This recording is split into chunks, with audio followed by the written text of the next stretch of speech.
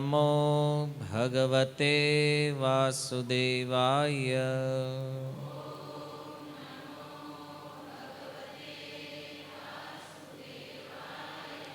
ઓમ નમો ભગવતે વાસુદેવાય.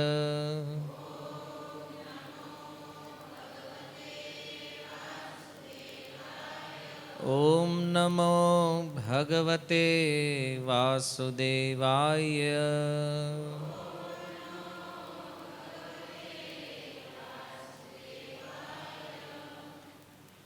હરે કૃષ્ણ. સ્વાગતમ ઉપસ્થિત સર્વ વૈષ્ણવજન શ્રોતાગણ. અંતિમ ચર્ચા આપણે કરી હતી ગુંડીચા માર્જન લીલા ઉપર. જગન્નાથ રથયાત્રાના પૂર્વનો જે પ્રસંગ છે ગુંડીચા માર્જન લીલા. તો ગુંડીચા માર્જન રથયાત્રાનો સૌથી પહેલો ફેસ્ટિવલ છે. પહેલાં આપણે એના આગળના વર્ષમાં જ્યારે કથા સ્ટાર્ટ કરી ત્યારે આપણે ચર્ચા કરી હતી જગન્નાથજીનું પ્રાગટ્ય કેવી રીતે થયું. તો પછી નેક્સ્ટ યરમાં ચર્ચા કરી જગન્નાથજીનું આવું સ્વરૂપ કેમ છે અપૂર્ણ. અને અંતિમ પ્રવચનમાં ગુંડીચા માર્જન લીલા ઉપર ચર્ચા કરી હતી. જે સૌથી મહત્વપૂર્ણ વિષય છે, યાદ છે ગુંડીચા માર્જન લીલા શું છે? આ તિલક કર્યું છે એ લોકોને છોડીને જે છે એમાંથી તમને ખબર છે ગુંડીચા માર્જન શું છે? નથી. જેવું જગન્નાથ એમનું પ્રાગટ્ય આપણે પહેલા સાંભળ્યું પૂર્વમાં, કેવી રીતે જગન્નાથજી પ્રગટ થયા છે અને એનું અપૂર્ણ સ્વરૂપ શા માટે છે.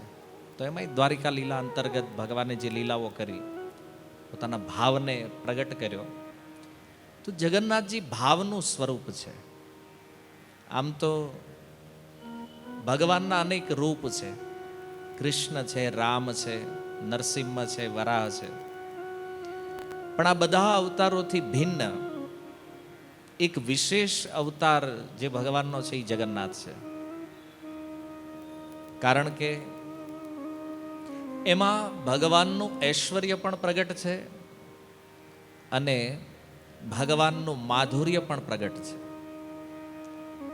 ઐશ્વર્ય એટલા માટે કારણ કે જગન્નાથજીના સ્વરૂપનું રહસ્ય દ્વારિકા સાથે જોડાયેલું છે અને આ રહસ્ય વૃંદાવન બ્રજ સાથે પણ જોડાયેલું છે કનેક્શન. તો ભગવાન જગન્નાથ બલદેવ સુભદ્રાના રૂપમાં જે એક વિચિત્ર આકૃતિ ધારણ કરી છે એમણે, એ ભગવાનની કૃષ્ણ કથા શ્રવણનું ભાવ સ્વરૂપ છે.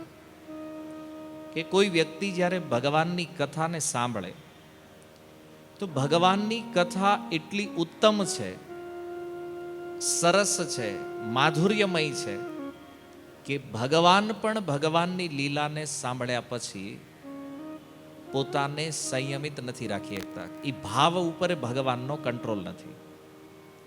અચ્છા, કથા કોની સાંભળે છે? ભક્ત કોઈ કથા સાંભળે તો ભગવાનની કથા સાંભળે છે અને પછી એની અંદર અષ્ટ સાત્વિક ભાવ જે છે એનું પ્રાગટ્ય થાય. જેવી રીતે આપણા આચાર્યો એમાં અષ્ટ સાત્વિક વિકારો જે છે એ દેખાય છે. પણ અહીંયા પરિસ્થિતિ એવી છે કે કથા પણ ભગવાનની છે અને શ્રોતા પણ ભગવાન છે. ભગવાન ભગવાનની જ કથા સાંભળી રહ્યા છે. તો આ કથાની એક અદ્ભુત મહિમા છે. ભગવદ કથા એટલી સુંદર વિષય વસ્તુ છે કે જેની આ કથા છે ને એ ભગવાન પણ પોતાની કથા સાંભળવાની ચાહના રાખે છે, ઈચ્છા રાખે છે. અને એમાં પણ જ્યારે બ્રજ ભાવનું દર્શન થાય છે, બ્રજની લીલાઓની ચર્ચા, તો ઐશ્વર્ય ધામ છે દ્વારકા અને ઐશ્વર્ય ધામની અંદર ભગવાનની માધુર્ય લીલાઓની ચર્ચા થઈ રહી છે શ્રી રોહિણીજીના મુખે.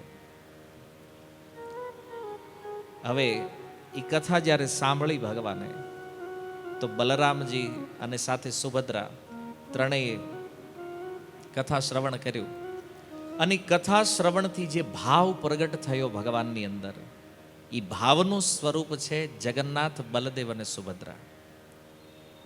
તો આ સ્વરૂપની વિશેષતા શું છે કે ભગવાનના અન્ય જે કાંઈ સ્વરૂપ છે, કૃષ્ણ, રામ, બલરામ, વામન, નરસિંહ, આ બધા સ્વરૂપ એમાં કાંઈક ને કાંઈક કૃપા કરવાનો ભાવ છે પોતાના ભક્ત પ્રતિ.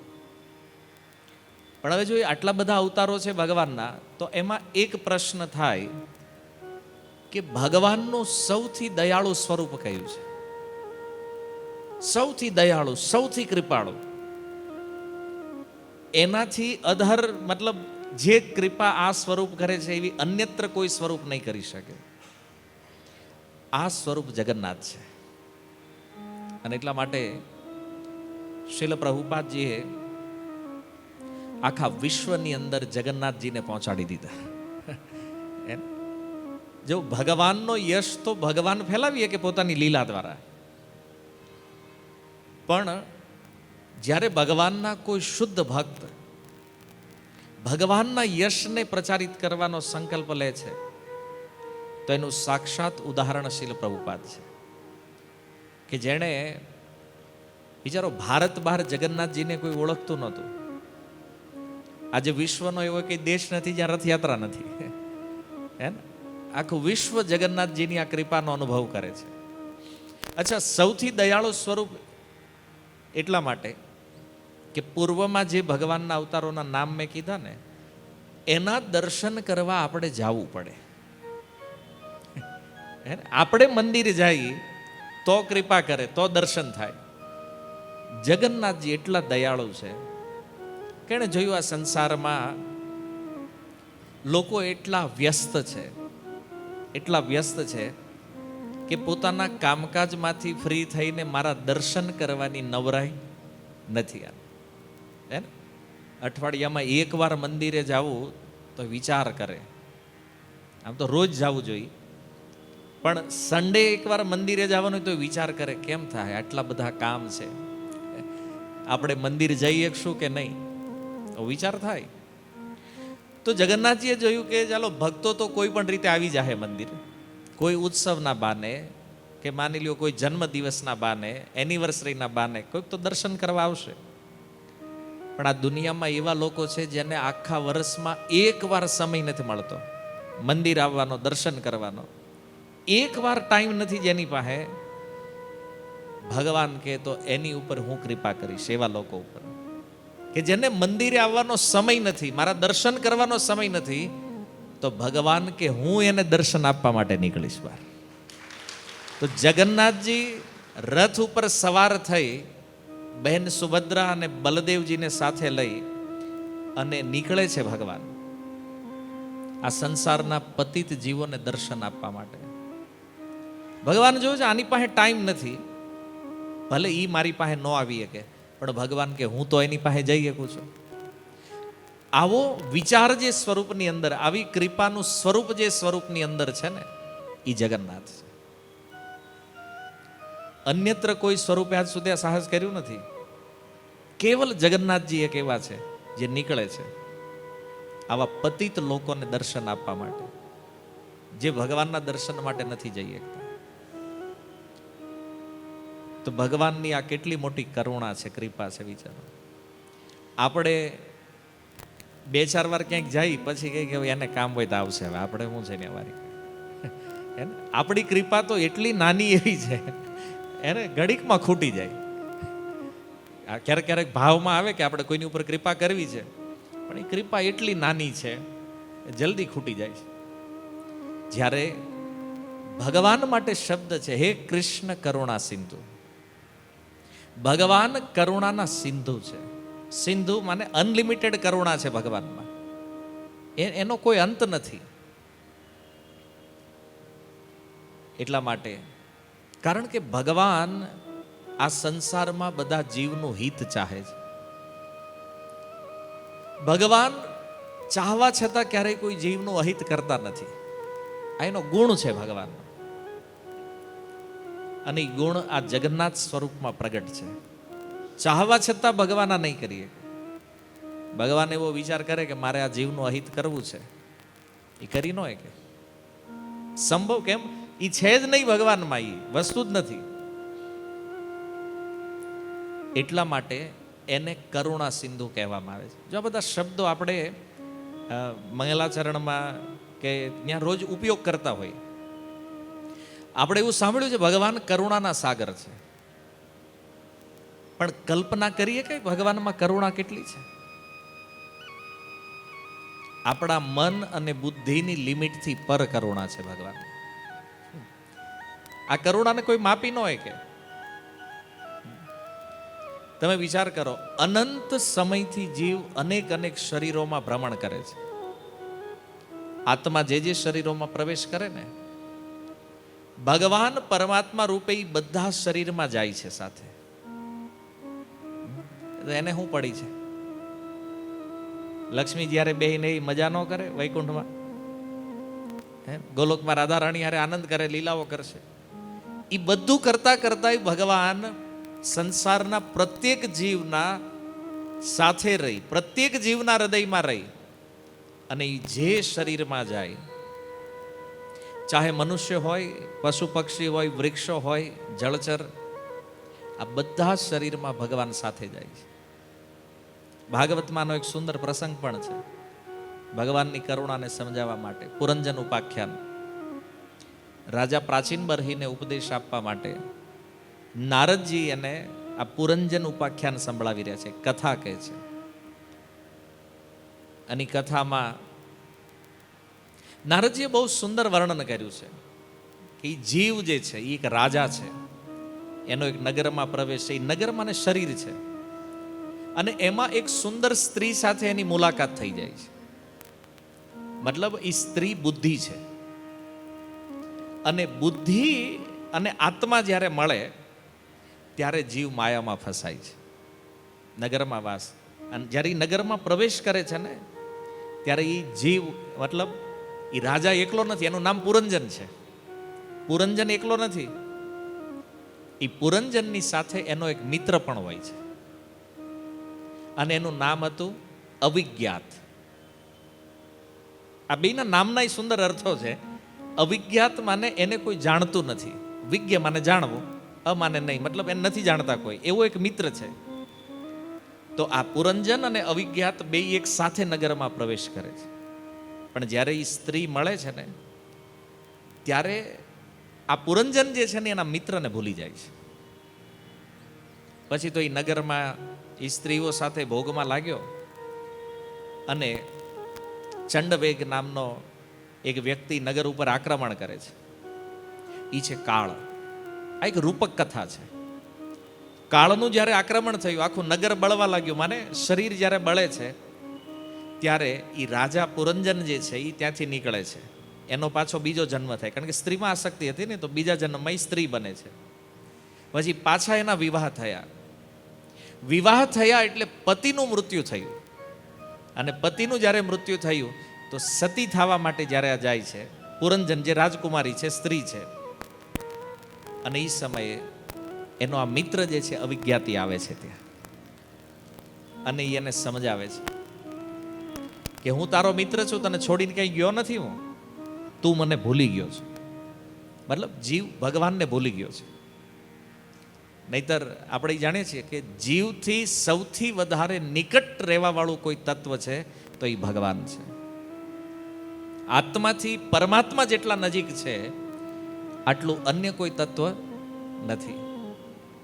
છતાં દુર્ભાગ્ય એ છે કે એ ભગવાનના વિષયમાં આપણને કાંઈ ખબર જ નથી, કારણ એ પુરંજન આપણે જ છીએ, એમ.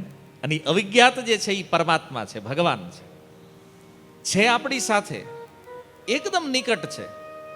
છતાં એ ભગવાનને આજ સુધી આપણે જોયા નથી, આપણે અનુભવતાય નથી કે આપણી નિકટ છે. આ કેટલું મોટું દુર્ભાગ્ય છે. બીજું પરમાત્મા રૂપે ભગવાન રહે છે સાથે.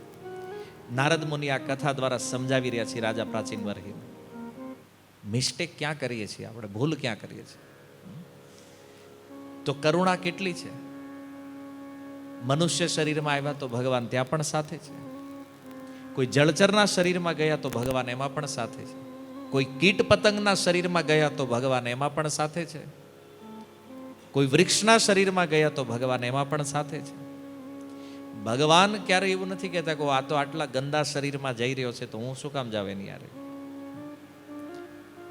જ્યાં પરિવાર સાથ છોડી દે, સમાજ સાથ છોડી દે, મિત્ર સાથ છોડી દે, સૌથી નિકટતમ પત્ની પણ સાથ છોડી દે, પતિ પણ સાથ છોડે, સંતાનો સાથ છોડે, ત્યારે પરમાત્મા એકમાત્ર તત્વ છે જે ક્યારેય કોઈનો સાથ છોડતા નથી, હંમેશા જીવની હારે રહે છે. આનાથી મોટી કરુણા બીજી શું છે? 33 સ્કંદમાં કપિલ ભગવાન કહે છે કે જીવ માતાના ગર્ભમાં આવે અને ભગવાનને પ્રાર્થના કરે છે, પ્રભુ અહીંથી જો મને બહાર કાઢશો ને હું ભજન કરીશ. અને આવું ભગવાનને કીધા પછી જન્મ લઈને કેટલા ભજન કરે છે એ વિચારો. તમે કહો ના આપણે થારું, આપણે ભજનમાં લાગ્યા છીએ, એ પ્રભુપાદ છે એટલે, નકર આપણે ક્યાં આટા મારતા હોય તો આપણને ખબર જ છે. પણ આ તો બધા જીવ કહે છે ને ગર્ભમાં ભગવાનને, આપણને યાદ નથી, પણ કપિલ ભગવાનને યાદ કરાવ્યું છે. આપણે હું કહીને આવ્યા છીએ ને એ ભાગવત યાદ કરાવે છે. એમાં લખ્યું છે, કીધું પ્રભુ ભજન કરશું, ફરીથી આમાં નહીં આવીએ, ફરીથી આ ગર્ભવાસમાં આવવું નથી, તો એકવાર બહાર જવા દે. આપ્યો ચાન્સ ભગવાન. અત્યારે આપણે બહાર છીએ, શું કરી છે આપણને ખબર જ છે ને, આપણા ધંધા શું છે. આ તો પ્રભુપાદ જેવા શુદ્ધ ભક્તોની કૃપા છે કે આપણે અહીં બેઠા છે. વળી પાછું મૃત્યુ થશે, ફરીથી ગર્ભમાં જશો, તો ભગવાન પૂછશે તું ગઈ વખત વાળો હતો ઈ જ કે બીજો? ગઈ વખતે તે કીધું તું ને મનુષ્ય બનાવી તો ભજન કરી, અહીં પાછો નહીં આવે, તો પાછો કેમ આવ્યો? ભૂલ થઈ ગઈ. કેમ કે મશીન બહુ લઈ લીધા હતા એને, બધાએ લીધા હતા, અમે લીધા, એમાં તમે ભૂલાઈ ગયા. કોઈ કે અમે જમીનો બહુ લઈ લીધી, એમાં ભૂલી ગયા. એમ કોઈ કે પ્રભુ ગયો તો ભજન કરવા, પણ ધંધો જ એવડો મોટો થઈ ગયો કે તે પછી આ રહી ગયું તમારું કામ. એમાં બહુ અઘરું છે, બહુ વિચારણીય વસ્તુ છે. એમ લાગે કેમ દુનિયા બહારથી જોઈએ ને ત્યારે એવું લાગે હારું આણે આવડી ફેક્ટરી બનાવી આપણે રહી ગયા, આ ન કરાય, આમાં લાગો. આ વિચારના કારણે ભગવાનને ભૂલીએ છીએ આપણે. આ જે આપણે પાથર્યું છે ને જેટલું પ્રોબ્લેમ આ છે. અને એટલે પાછું, અને એ પાછી આપણને ખબર છે ક્યાંય ગમે એટલો વિસ્તાર કરો છેલ્લે તો બધું ઝીરો કરીને નીકળવાનું છે. તો પાછા ગર્ભમાં ગયા, ફરીને ભગવાને પૂછ્યું કેમ પાછો? ભૂલ થઈ ગઈ પ્રભુ, તો હવે નેક્સ્ટ ચાન્સ. ભગવાન કે હારું ઓર એક ચાન્સ આપો. આને પાછો ચાન્સ આપ્યો, ફરીથી પાછો ઈ ધંધો, પાછો ગર્ભમાં. અને હર વખતે મનુષ્યનો ગર્ભ મળે એ જરૂરી નથી. આ રીતે અનેકો વાર ભગવાનથી ખોટું બોલ્યા છે આપણે, અનેકો વાર. છતાં આજ સુધી ભગવાને ક્યારેય નથી કીધું કે હવે તને ચાન્સ નથી આપવો. તું તો હર વખતે ખોટું બોલે છે ભાઈ, હવે ચાન્સ નથી કહેતા ભગવાન. કેટલી કરુણા છે બિચારો. આપણા જન્મ મૃત્યુના વિષયમાં સુખદેવજી કહે છે ગંગાના રેતીના કણ એકવાર ગણી એકાય, મનુષ્યના જન્મ અને મૃત્યુને ગણવા સંભવ નથી. આટલી વાર જન્મ થયા છે, મૃત્યુ થયા છે, કેટલી વાર આપણે ભગવાનથી ખોટું બોલ્યા છે, કેટલી વાર. અને તોય આજ સુધી ભગવાને ક્યારેય નથી કીધું કે આટલો ખોટો માણા છે, આને છોડો, હારા હારા હારા માણા હોય એને પકડો. કીધું ભગવાને ક્યારે? નહીં. સમ અહમ સર્વભૂતેષુ, ગીતામાં બોલ્યા છે ને ભગવાન, હે અર્જુન હું બધા જીવ પ્રતિ સમ છું. અને એટલા માટે ભગવાન ક્યારેય નથી કંટાળતા. નગર વારી ઘડી આપણી હારે કોઈ ખોટું બોલતો હોય તો આપણે કેટલું કંટાળીએ. એમ આપણે તો કહી દઈએ આને મૂકો ને ભાઈ, આની માથાકૂટ હર વખતની છે, હવે જવા દઈએ કે નહીં. એ તો માણા જ ખોટો છે. ભગવાનને ખબર જ છે આ હાવ ખોટો છે. તો એ ભગવાનને ક્યારેય ક્રોધ નથી આવ્યો કે આણે બહુ ચીટિંગ કર્યું છે, ચાલો હવે આને છોડો, આને જ્યાં જવું હોય ત્યાં જાય, આપણે શું છે. આ ભગવાન નથી કરતા. કેમ? કરુણા. આ ભગવાનની કરુણા શક્તિ છે. ભગવાન વિચાર કરે છે કે આ ક્યારેક તો સમજશે ને, ક્યારેક તો એવું થશે કે આ ભક્તિમાં લાગશે. તો ભગવાને વિચાર કર્યો કે હર વખતે ખોટું બોલે જ કેમ? હે ને, આને એવો કયો ધંધો મળી ગયો કે જેટલી વાર ગર્ભમાંથી બહાર કાઢું પાછો આવીને ખોટું બોલે છે, આ કરે જ શું કામ? તો ભગવાનને વિચાર થયો કે હા, મારી માયા શક્તિ છે જેને પાર કરવાનું સામર્થ્ય આનામાં નથી. ગોકર્ણજીએ કીધું ને આત્મદેવને, સંસાર વિમોહક છે, મોહમાં ના ખોળો. એટલે ભગવાને વિચાર્યું કદાચ એવું બનતું હોય કે આને હું જેવો સંસારમાં મોકલું છું તો સંસારથી એટ્રેક્ટ થઈ અને આ મને ભૂલી જાય છે. અને એ ગીતામાં ભગવાન બોલ્યા 15મા અધ્યાયમાં, મત્ત સ્મૃતિર જ્ઞાનમ અપોહનમ છે. સ્મૃતિ વિસ્મૃતિનો ગુણ પણ મારા કારણે છે. ગર્ભમાં સ્મૃતિ છે, બહાર આવતા વિસ્મૃત થઈ જાય છે. તો આને યાદ તો કરાવવું પડશે કે સંસારમાં આવ્યો છું, કામ ભજન કરવા આવ્યો છે. તો ભગવાન કહે છે આને યાદ કરાવવા માટે હું આવું. ભગવાન પોતાનું ધામ છોડી અને આ થર્ડ ક્લાસ સંસારમાં ઉતરે છે. હે ને, પોતાનું જે ધામ છે સચ્ચિદાનંદમય, એ ધામને છોડીને ભગવાન અહીંયા આવે છે. કોની હાટું? આપણા માટે.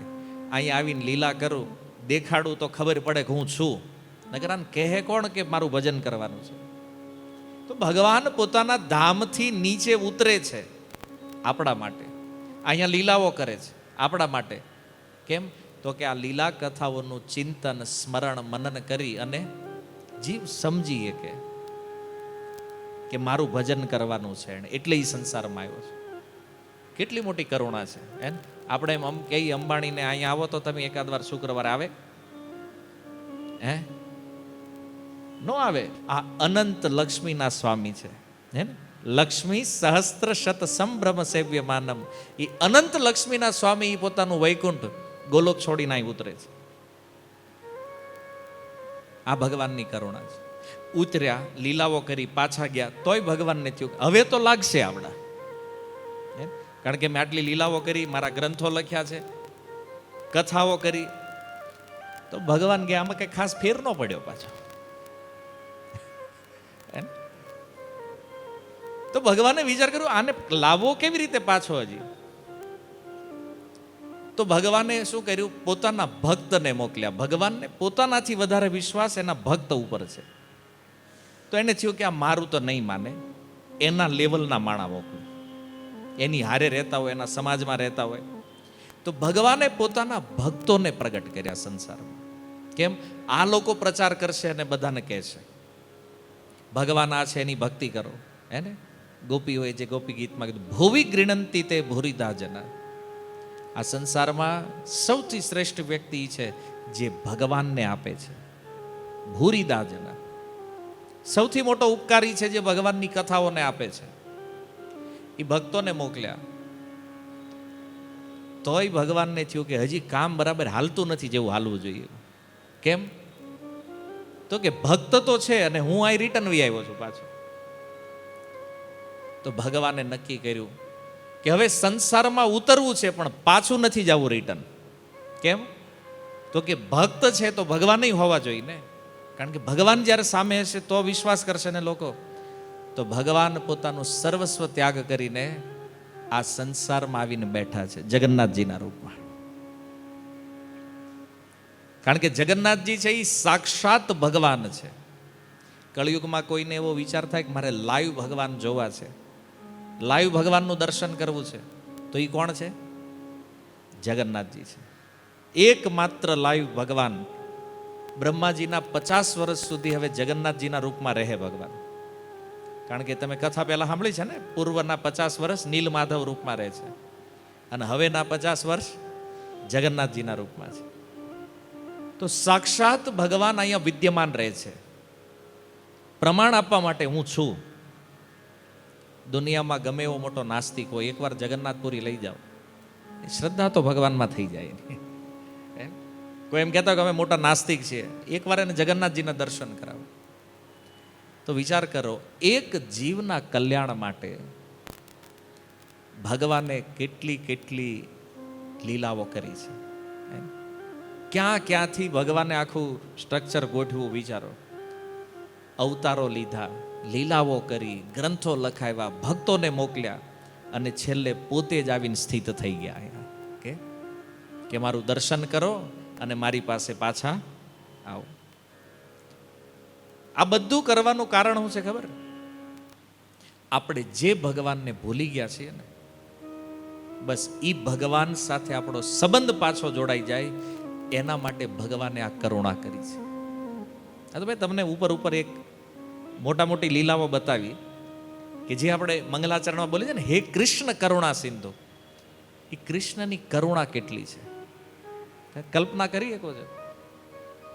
ભગવાન આપણા માટે શું કરે છે. અને હવે વિચાર કરો, આપણે ભગવાન માટે શું કરીએ છીએ? આચાર્યોએ કીધું 7 વસ્તુ રાખીને પ્લેટમાં આરતી કરવી જોઈએ, તો એ કે 2 થી હાલે દીવો અગરબત્તી હાંકી નાખો. આપણી આળા તો જે છે ને, તોય ભગવાન પ્રસન્ન છે. કેમ ભાઈ, આટલું દીવો અગરબત્તી આપ્યું જ ખરું? અત્યાર સુધી દી નહોતો આપતો. નથી, આપણી અંદર ભાવ નથી. એટલે કે ભાઈ ફૂલ પ્લેટ તો આરતી નહીં, તો જેટલું હોય એટલા જ હાંકો નહીં. ફૂલ તો કે એનું પછી મેન્ટેનન્સ આવે મહિને, ખોટા હું મગાવાય કે આરતી આ બરાબર છે અગરબત્તીમાં દીવામાં. આપણી બાજુથી તો કાંઈ જોવા જેવું જ નથી. ભગવાને આટલી કરુણા કરી છે. આપણે શું કરીએ છીએ ભગવાન માટે?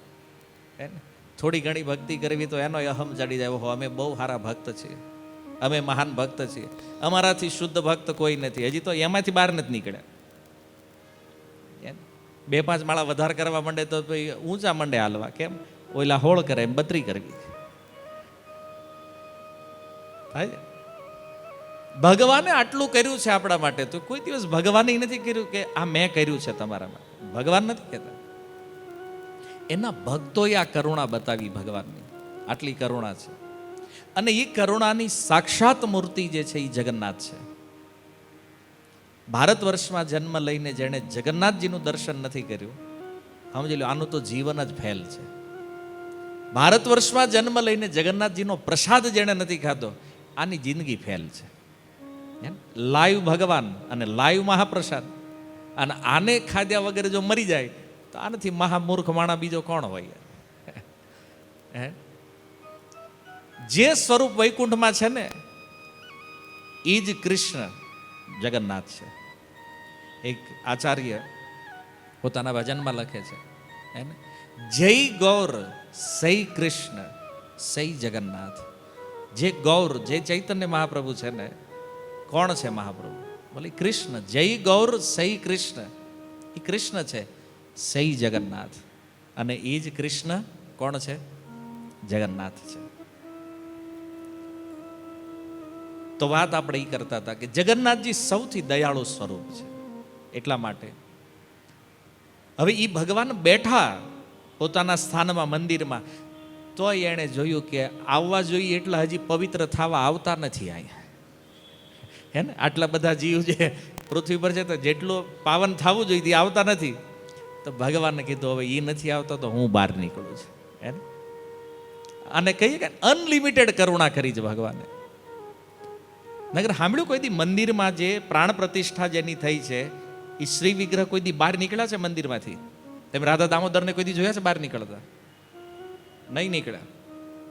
પણ જગન્નાથ નીકળ્યા છે. ભગવાન કે કાંઈ વાંધો નહીં, પ્રબલ પ્રેમ કે પાલે પડકર પ્રભુ કો નિયમ બદલતે દેખા. પ્રાણ પ્રતિષ્ઠિત વિગ્રહ બહાર નીકળે નહીં, જગન્નાથજી કે હું નીકળીશ. કોઈને યાદ નથી આ વિશ્વમાં કે પહેલી રથયાત્રા ક્યારે પ્રારંભ થઈ છે. કોઈની પાસે ડેટ નથી. એકવાર જગન્નાથપુરીમાં એક પંડાને મેં પૂછ્યું, મેં કીધું પહેલી રથયાત્રા ક્યારે સ્ટાર્ટ થઈ હતી? એ કે આપ પાગલ हो जाएंगे यदि सोचेंगे तो. मैं कीधु केम? हमने भी ये प्रश्न हमारे पूर्वजों से पूछा था, तो उन्होंने यही बताया कि इस चक्कर में मत पड़ो, नहीं तो दिमाग के तार सब टूट जाएंगे. है ना? कभी नहीं पता चलेगा रथ यात्रा कब प्रारंभ हुई. मतलब अनादि काल थी भगवान जगन्नाथजीના રૂપમાં બિરાજમાન રહી અને ભક્તોને આ કૃપા આપી રહ્યા છે. હવે રથયાત્રા ઉપર ભગવાન જ્યારે દર્શન આપવા માટે નીકળે, એ રથ ઉપર સવાર થઈને જ્યારે નીકળે અને એ ભગવાનનું કોઈ દર્શન ન કરે તો સમજી લો કે આનાથી મોટો દુર્ભાગ્યશાળી જીવ સંસારમાં બીજો કોઈ. હવે ભગવાન કે આનથી વધારે શું કરવું બીજું? એટલા માટે પુરાણોમાં લખ્યું છે, રથે તું વામનમ દ્રષ્ટવા, રથ ઉપર સવારી ભગવાનને જ્યારે કોઈ જોવે છે, પુનર્જન્મ ન વિદ્યતે, આનો આ સંસારમાં ક્યારેય જન્મ થતો નથી. આ રથયાત્રાનું એક સુંદર અદ્ભુત મહત્વ છે દર્શનનો. પછી રથયાત્રામાં આપણે ભાગ લઈએ છીએ તો એ કોઈ સામાન્ય વસ્તુ નથી. ભગવાનની કેટલી મોટી કૃપા આપણે લેવા જઈ રહ્યા છીએ. અને એટલી જગન્નાથજીની આંખ એટલી મોટી છે. જગન્નાથ સ્વામી નયન પથગામી ભાવતુમય. એની જે આંખો છે ને એમાંથી કોઈ બચેલું રહેતું નથી. ચાહે ભીડ 1000ની હોય, લાખની હોય કે કરોડોની હોય, જગન્નાથજીની આંખમાં એક એક ભક્ત આવી જાય છે જે દર્શન કરવા આવ્યા છે. જોઈ લે છે જગન્નાથજી કે આણે કૃપા લીધી છે, આણે દર્શન કર્યું છે. તો આ થયું સામાન્ય કારણ. ભગવાન રથ ઉપર નીકળે છે, આટલી કૃપા કરે છે આ જીવો ઉપર. પણ આના ગુહ્ય કારણોની ચર્ચા પણ ચૈતન્ય ચરિતામૃતમાં ચૈતન્ય મહાપ્રભુએ આનું રહસ્ય પ્રગટ કર્યું છે. જગન્નાથજી રથ ઉપર કેમ સવાર થાય છે, એની પાછળ શું કારણો છે. તો જે ગૌડીય વૈષ્ણવ છે એને રથયાત્રાનું આ મહત્વ, રથયાત્રાનું જે રહસ્ય છે, મહત્વય ખબર હોવી જોઈએ ને રહસ્ય પણ ખબર હોવી જોઈએ. ખાલી મહત્વ હોય ને તો આપણે જઈ આવી તો ખરા, એમાં ભાગય લઈ આવી, ભાવ ન આવે. પણ રહસ્ય જાણતા હોય તો એના દર્શનની એક ભાવના અલગ બને. એ દર્શનનો એક ભાવ અલગ આવે છે એમાં. તો જગન્નાથજી એટલા દયાળુ છે, એટલા કૃપાળુ છે કે ક્યારેય કોઈ ભક્તના અપરાધને જોતા નથી. બીજું કારણ એ છે શા માટે સૌથી દયાળુ છે. કોઈ પણ શ્રી વિગ્રહની સેવા આપણે કરીએ, કોઈ પણ સ્વરૂપની સેવા કરીએ તો એમાં અપરાધની સંભાવના બનેલી રહે છે.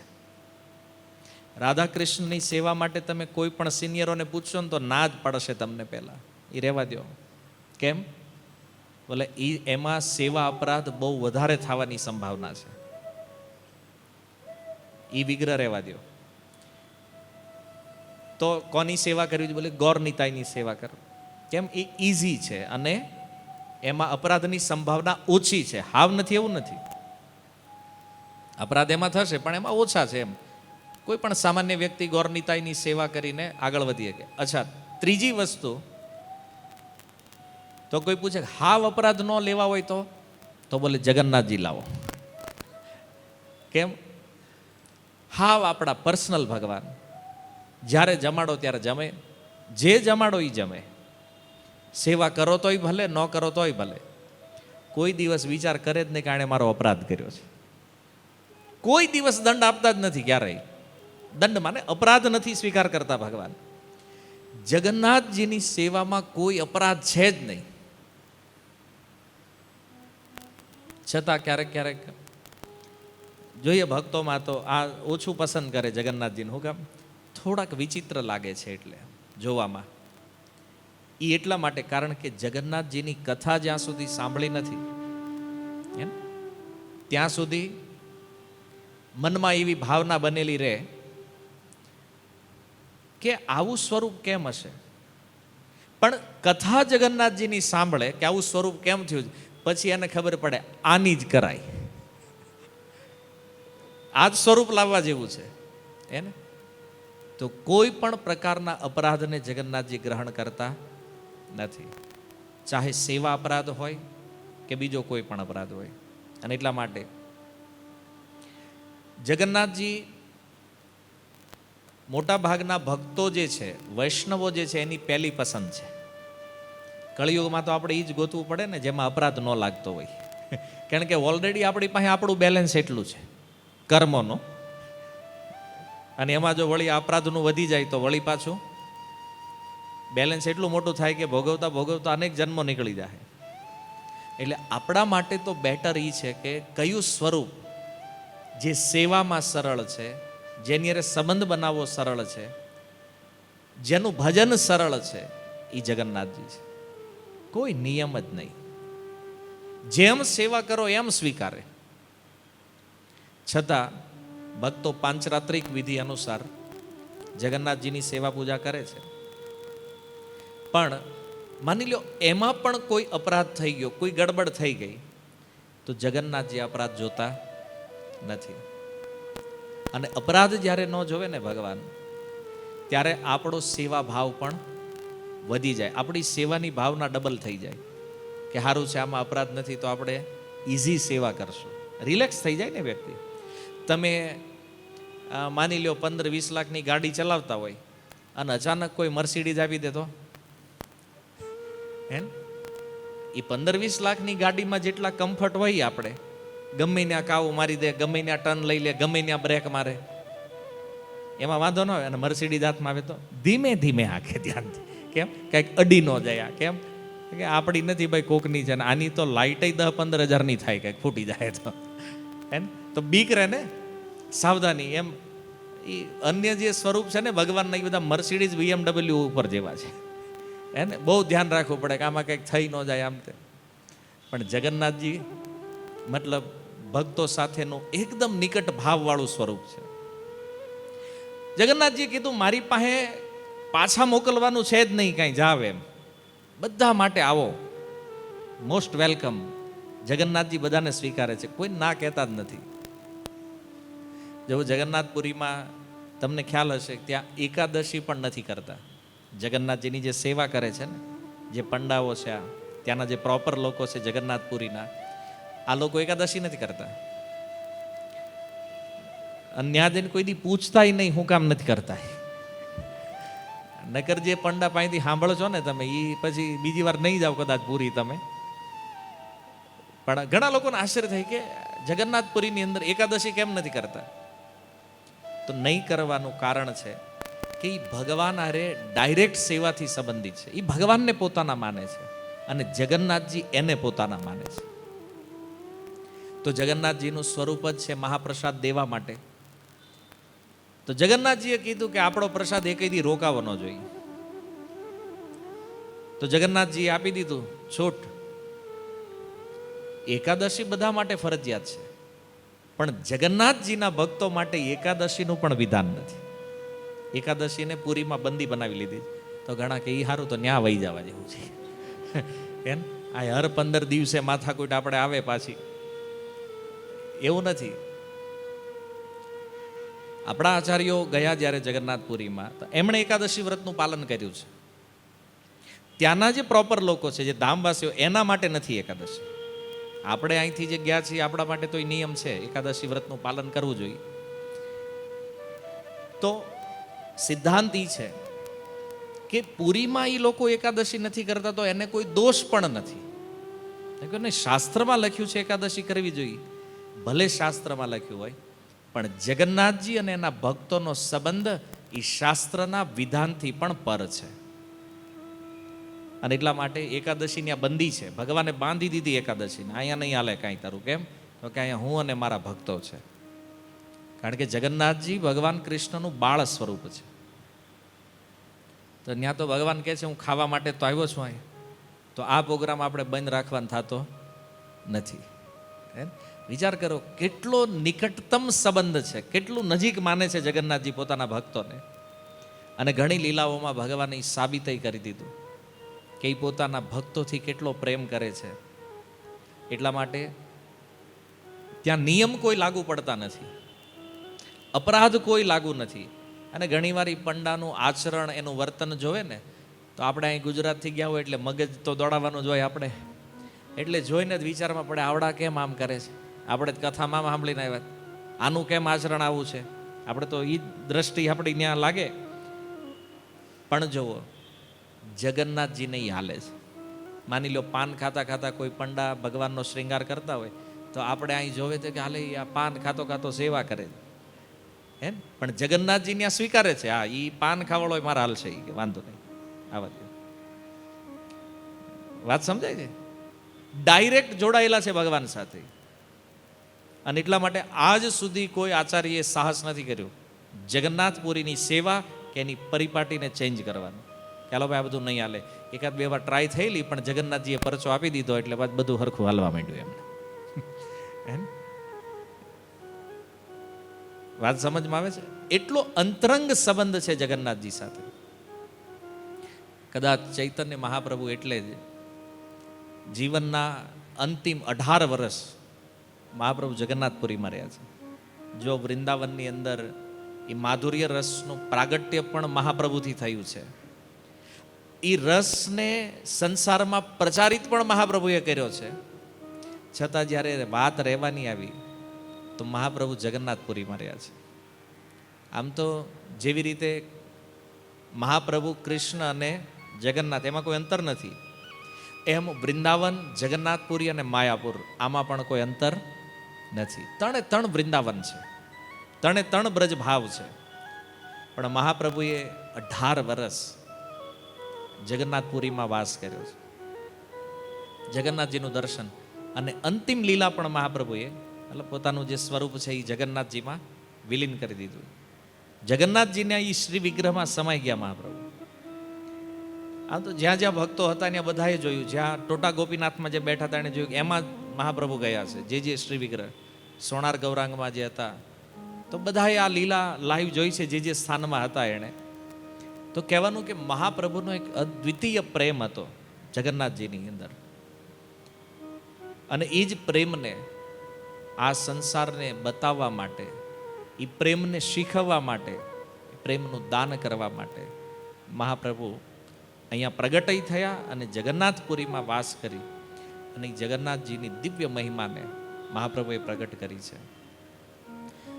જગન્નાથપુરી યાત્રામાં લાસ્ટ ટાઈમ જ્યારે આપણે ગયા તો એ વખતે એક બહુ સુંદર વાત આપણને ત્યાં જાણવા મળી. કારણ કે આપણે પહેલી વાર પુરીથી બહાર નીકળ્યા હતા 200-250 કિલોમીટરના રૂટમાં જે દર્શન હતા એમાં. તો ઉડીસાની અંદર એવું એક પણ ગામ નથી આખા ઓરિસ્સામાં કે જ્યાં ચૈતન્ય મહાપ્રભુના ચરણ ન પડ્યા હોય. મહાપ્રભુ મતલબ ત્યાં કોઈને પૂછો તો આજે પણ એક પણ ગામ એવું નથી ઓરિસ્સાની અંદર જ્યાં મહાપ્રભુના વિગ્રહ ન હોય. મહાપ્રભુ મતલબ ઉડીસા ને ઉડીસા મતલબ મહાપ્રભુ છે. તો એટલો સુંદર ભાવ જગન્નાથજીના દિવ્ય સ્વરૂપમાં શ્રી ચૈતન્ય મહાપ્રભુના માધ્યમથી આપણને સમજવા મળ્યો. તો આજે આપણે સાંભળ્યું કે ભગવાન આટલા કરુણામય છે, રથયાત્રા ઉપર વિરાજમાન થાય છે. એ જગન્નાથજીનું આ ભક્તો ઉપર કૃપા કરવી, પતિત પાવન જે ટાઇટલ છે ભગવાનનો, એને સાર્થક કરવા માટેનું સામાન્ય કારણ છે. અંતરંગ કારણ શું છે રથયાત્રાનું? તો એની ચર્ચા આપણે આવતા શુક્રવારે કરશું. શા માટે જગન્નાથજી આરૂઢ થાય છે રથ ઉપર? અને મહાપ્રભુએ આ ખુલાસો રૂપ ગોસ્વામી સાથે મળીને જે કર્યો છે, તો એ લીલા આપણે આવતા શુક્રવારે શ્રવણ કરશું. અને રથયાત્રા આવે ત્યાં સુધી રથયાત્રા જ ચલાવશું. જગન્નાથજીની અનંત લીલાઓ છે, એ કંઈ પૂરું થાય એમ નથી. એટલે હર વર્ષે થોડું બે ચાર પ્રવચનોમાં સાંભળશું મહાપ્રભુના વિષયમાં, એના ભક્તોના વિષયમાં. અનંત લીલાઓ છે જગન્નાથજીની. તો આજે આપણે ખાસ ફોકસ એના ઉપર હતો કે ભગવાનનું સૌથી દયાળુ સ્વરૂપ જે છે એ આ જગન્નાથજી. કેમ દયાળુ છે? તો ખાલી સ્વરૂપથી દર્શન આપ્યું નહીં, પોતાનો મહાપ્રસાદ આપીને પણ જગન્નાથજીએ કૃપા કરી છે. જો ભગવાનનું ડાયરેક્ટ ઉચ્છિષ્ટ પ્રાપ્ત કરવું હોય તો જગન્નાથપુરી એકવાર જવું જોઈએ જીવનમાં, શરીર પૂરું થાય એ પહેલાં. અને ઘણી બધી વાર જવાનો અવસર મળે તો તમે મહાભાગ્યવાન છો. કારણ કે કળિયુગના સાક્ષાત ભગવાન છે જગન્નાથજી. કોઈ પણ સંપ્રદાય હોય, કોઈ પણ પરંપરાઓ હોય, ભારત વર્ષમાં એક પણ પરંપરા એવી નથી, એક પણ સંપ્રદાય એવો નથી જે જગન્નાથજીને ન માનતા હોય, અથવા જેમાં જગન્નાથજીના દર્શન કરવાની આજ્ઞા એના આચાર્યોએ ન કરી હોય. આવી એક પણ પરંપરા નહીં, એક પણ આચાર્ય નથી. ચાહે વૈષ્ણવ પરંપરા હોય કે શંકર પરંપરા હોય, એક સ્વરથી બધા આચાર્યો એક વાત તો કીધી છે કે જીવનમાં એક વાર તો જગન્નાથપુરી જવું જોઈએ તમારે. કારણ કે આવો અદ્ભુત પ્રભાવ છે આ જગન્નાથજીનો, એવી અદ્ભુત કૃપા કરુણા છે જગન્નાથજીની. અને રથયાત્રા આ કરુણાને, આ કૃપાને, એ ભાવને અનુભવવાનો ઉત્સવ છે. તો આપણે જ્યારે જ્યારે જગન્નાથજીને જોશું રથ ઉપર, ત્યારે આ બધી વાતો આપણને યાદ આવવી જોઈએ. તો આપણો ભાવ બને ઈ જગન્નાથજીના દર્શનમાં. લોકો માટે તો એ છે ખાલી ભગવાન બેહીને નીકળ્યા છે. આપણા માટે ઈ જગન્નાથ શું છે એ ખાલી એ જાણે છે ને આપણે જાણીએ છીએ. હે, કારણ કે આપણા બેયની નજર જ્યારે મળશે ને ત્યારે એમાં ખબર પડશે કે આપણે કયા ભાવથી એ જગન્નાથજીનું દર્શન કરીએ છીએ. લોકો કયા ભાવથી કરે છે એનો ભાવ અલગ છે, ગૌડીયનો ભાવ અલગ છે. હે, અને એમાં કોઈ અતિશયોક્તિ નથી કે રથયાત્રાના વાસ્તવિક રહસ્યને ગૌડીય વૈષ્ણવો સિવાય અન્ય કોઈ જાણતા નથી.